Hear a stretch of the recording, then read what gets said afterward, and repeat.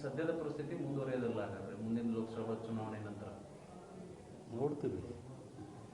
ಇನ್ನೊಂದು ಸತಿ ಹೇಳ್ತೀವಿ ಅದ್ರ ಬಗ್ಗೆ. ಇನ್ನೂ ಕಾಲ ಅವಕಾಶ ಇದೆ. ಡಿಸೆಂಬರ್ ವೇಳೆಗೆ ಚುನಾವಣೆ ಬರುತ್ತೆ. ನಾವು ವಾಪಸ್ಸು ಊರಿಗೆ ಹೋಗ್ಬೇಕು. ಚುನಾವಣೆ ಪೂರ್ವದಲ್ಲಿ ಯಾವ್ದಾರು ಹೇಳಿ ಅಪಾಯದೊಂದುಗಳಿಗೆ ಇಷ್ಟಪಡಲ್ಲ ನಾನು. ಒಳ್ಳೇದಾಗಲಿಲ್ಲ.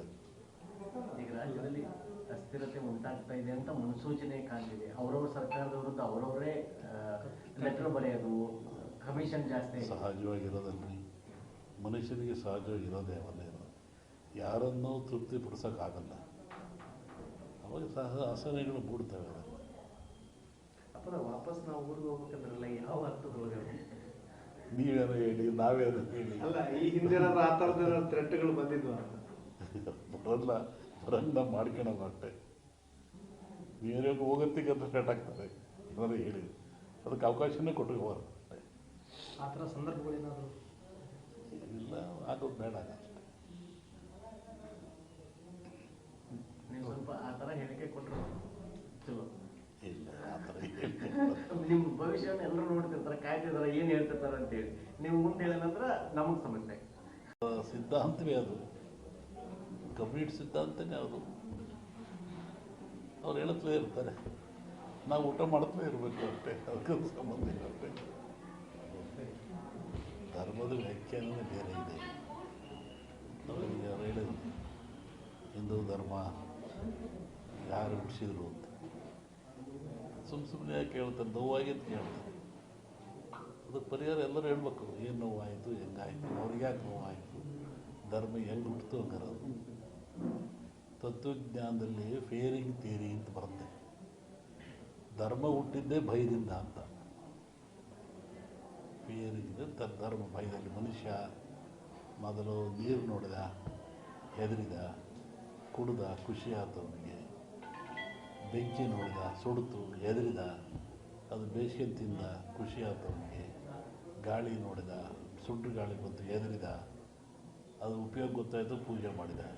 ಹಾಗೆ ಫಿಯರಿಂಗ್ ಥಿಯರಿ ಅಂತ ಯಾವುದು ಭಯ ಇದ್ದಾಗ ಅವರಿಗೆ ಗೊತ್ತಾಗೋದು ಪೂಜಿಸ್ತಾನೆ, ಇಲ್ಲ ಅದನ್ನು ವಿರೋಧ ಮಾಡ್ತಾನೆ. ಈ ತತ್ವಜ್ಞಾನ ಅವೆಲ್ಲ ಇರುವಂಥದ್ದೆಲ್ಲ ಅವ್ರಿಗೆ ನೋವಾಗಿದೆ ಹೇಳಿರ್ತಾರೆ. ಆ ನೋವಾದಾಗ ನಾವು ಪ್ರತಿಭಟಿಸ್ಬೇಕು. ಅದು ಹೇಳ್ಬೇಕಾರೆ ತಿಳ್ಕೋಬೇಕು. ಅವ್ರಿಗೆ ನೋವಾದರೆ ಹಸ್ತವನಿಗೆ ಗೊತ್ತು, ಉಂಡವನಿಗೆ ಗೊತ್ತಾಗಲ್ಲ. ಅದನ್ನು ಅವರೇ ಹೇಳ್ಬೇಕು, ಏನು ನೋವಾಯಿತು ನಿಮಗೆ, ಸಮಾಜಕ್ಕೆ ಹೇಳಿ. ಇಲ್ಲ ನಾವು ತಿಳ್ಕೋಬೇಕು, ಏನು ಹಿಂಗೆ ಇರ್ಬೋದಲ್ವೇ. ಸಾವಿರಾರು ವರ್ಷಗಳ ದಾಸ್ಯ ಅನುಭವಿಸ್ದವರಿಗೆ ಗೊತ್ತು. ಕೆಣಕೋದು ಬೇಡ. ಪ್ರತಿ ವರ್ಷ ನಮ್ಮ ಸಂಜೆಗಳ ಮನೆಯಲ್ಲಿ ಈ ಶ್ರಾವಣ ದೇವರ ದಿವಸ ಪೂಜೆ ಮಾಡಿಸ್ತಾರೆ. ಇದು ಪದ್ಧತಿ.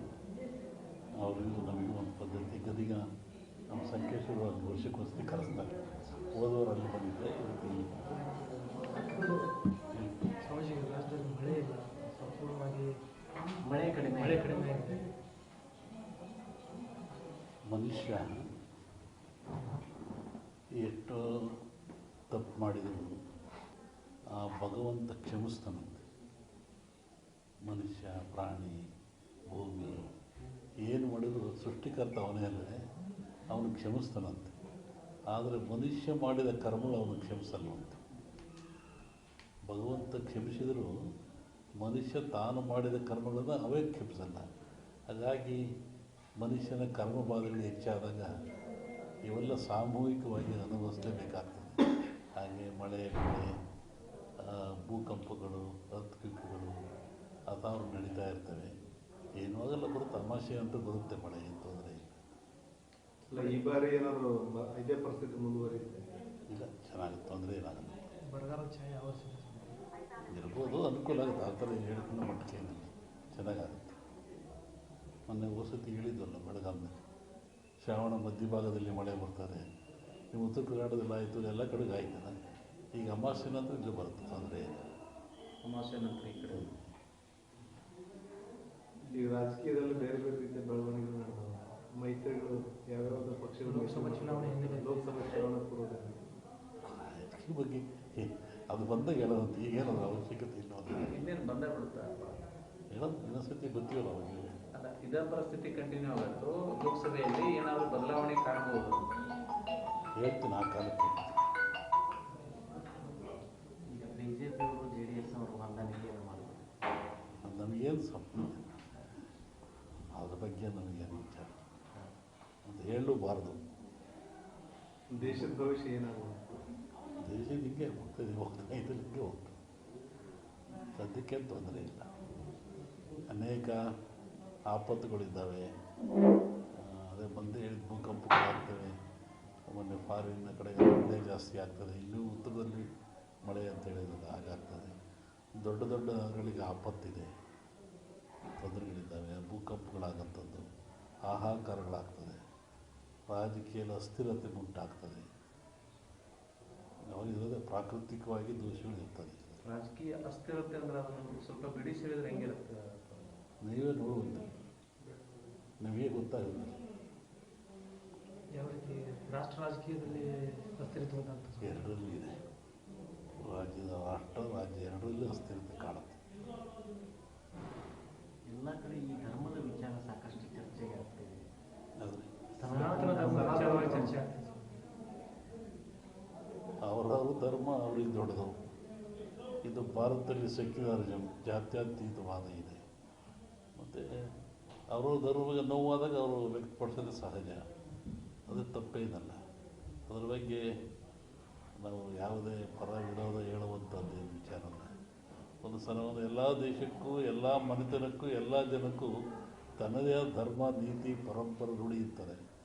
ಅದು ನೋವಾದಾಗ ಎಲ್ಲರಿಗೂ ನೋವಾಗ್ತದೆ. ಹಾಗೆ ರಾಷ್ಟ್ರಕ್ಕೂ ಒಂದು ಧರ್ಮ, ನೀತಿ ಇದೆ ಮತ್ತು ಎಲ್ಲ ಜನಾಂಗಕ್ಕೂ ಇದ್ದಾವೆ. ಅದನ್ನು ನಾವು ತಿರಸ್ಕರಿಸಬಾರ್ದು, ಹೆಚ್ಚಿನ ಪ್ರೋತ್ಸಾಹನೂ ಕೊಡಬಾರ್ದು. ಅದು ಹೆಂಗುದೇ ನಡ್ಕೊಂಡು ಹೋಗ್ತಾ ಇರ್ತದೆ. ಅಲ್ಲ, ಅದು ಧರ್ಮದ ವಿಚಾರ ರಾಜಕೀಕರಣ ಆಗ್ತಾ ಇದೆಯಲ್ಲ. ಧರ್ಮದಲ್ಲಿ ರಾಜಕೀಯ ಇರಬಾರ್ದು, ಅದು ಅಪಾಯ ಆಗ್ತದೆ. ಪ್ರಜಾಪ್ರಭುತ್ವಕ್ಕೆ ರಾಜಕೀಯಕ್ಕೆ ಅಪಾಯವಾಗ್ತದೆ. ರಾಜಕೀಯ ಬೆರೆಸಬಾರ್ದು. ಇಲ್ಲಪ್ಪ, ಈಗ ಧರ್ಮದ ಮೇಲೆ ಓಟ್ ಕೇಳಿ ಅಧಿಕಾರಕ್ಕೆ ಬಂದಂಥ ಪರಿಸ್ಥಿತಿ ಸೃಷ್ಟಿಯಾಗ್ಯದ ದೇಶಗಳು. ಧರ್ಮಾಧಾರಿತ ರಾಜಕಾರಣನೂ ನಡೆದು ಅದು ಅವರಿಗೆ ಸಂಬಂಧಪಟ್ಟದ್ದು. ಅಲ್ಲ, ನೀವು ಹೇಳಿದ್ರಲ್ಲಪ್ಪ ಈಗ ಧರ್ಮ ರಾಜಕೀಯ ಬೆರಿಬಾರ್ದು ಅಂತ ಹೇಳಿದ್ರಲ್ಲ. ಆದ್ರೆ ನಾವು ಒಂದು ಜನರ ನಡುವಲ್ಲ ದ್ವೇಷ ಬಿತ್ತಿ ಓಟು ಬೆಳ್ಕೊಳ್ಳುವಂಥ ಪರಿಸ್ಥಿತಿ ನಿರ್ಮಾಣ ಆಗ್ಯದ. ಏನಿಲ್ಲ, ಸೋತನು ಸತ್ತ, ಗೆದ್ದನು ಸೋತ. ಒಂದು ಎಲೆಕ್ಷನ್ ಅಂದರೆ ಒಂದು 50-60 ಕೋಟಿ ಬೇಕು. ಮತ್ತು ಹೆಂಗೆ ನೈಜ ರಾಜಕಾರಣ ನಾವು ಅಪೇಕ್ಷೆ ಪಡ್ತೇನೆ. 20 ದಿವಸ ಹಿಂದೆ ನಾನು ಧಾರವಾಡದಲ್ಲಿ ಹೇಳಿದ್ದೆ. ನಾನು ಈ ಥರ ಮಳೆ ಆಗುತ್ತೆ, ಭೂಮಿ ಕಂಪಿಸುತ್ತೆ, ಗುಡ್ಡಗಳು ಬೀಳ್ತವೆ, ಜನಗಳು ಸಾಯ್ತಾರೆ,